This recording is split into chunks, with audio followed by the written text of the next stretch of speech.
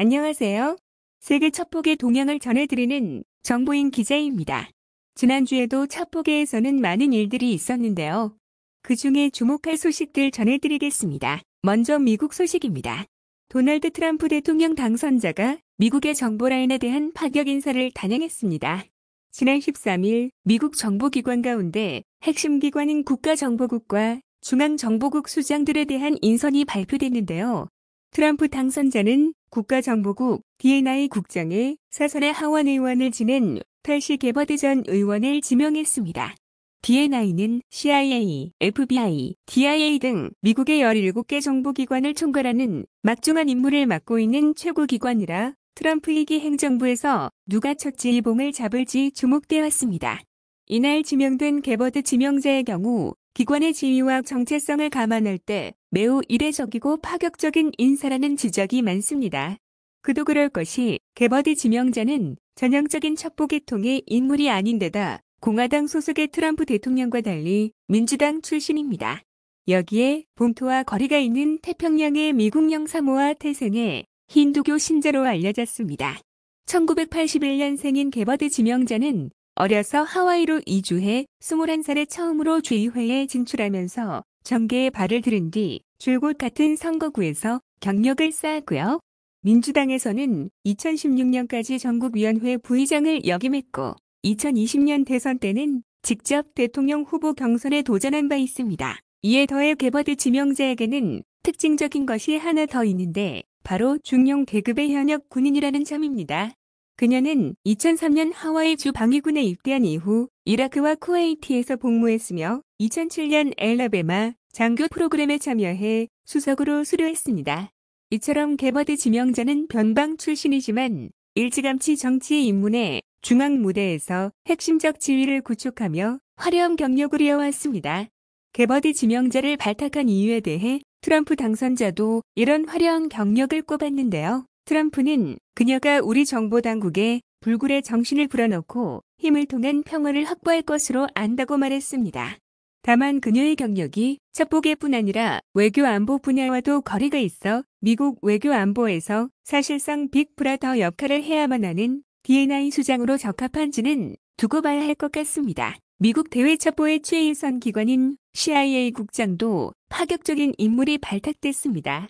같은 날 트럼프 당선자는 1기 행정부 마지막 해에 국가정보국 D&I 국장을 지낸 존 래클리프 전 하원 의원을 지명했는데요.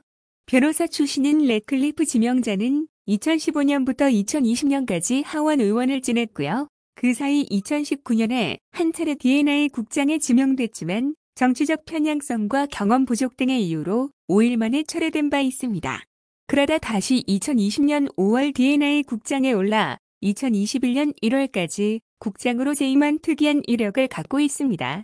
트럼프 당선자는 그가 미국 최고의 정보기관 두 곳에서 봉사한 최초의 사람이라고 기대감을 드러냈지만 줄곧 편향성 논란에 휘말려 온 데다 게버드 지명자와 마찬가지로 첩보 및 외교 안보 분야와 거리가 있는 행적을 보여왔기 때문에 CIA 국장으로 자질 및 적합성의 의문과 우려가 나오는 상황입니다. 다음은 독일 동향 전해드리겠습니다.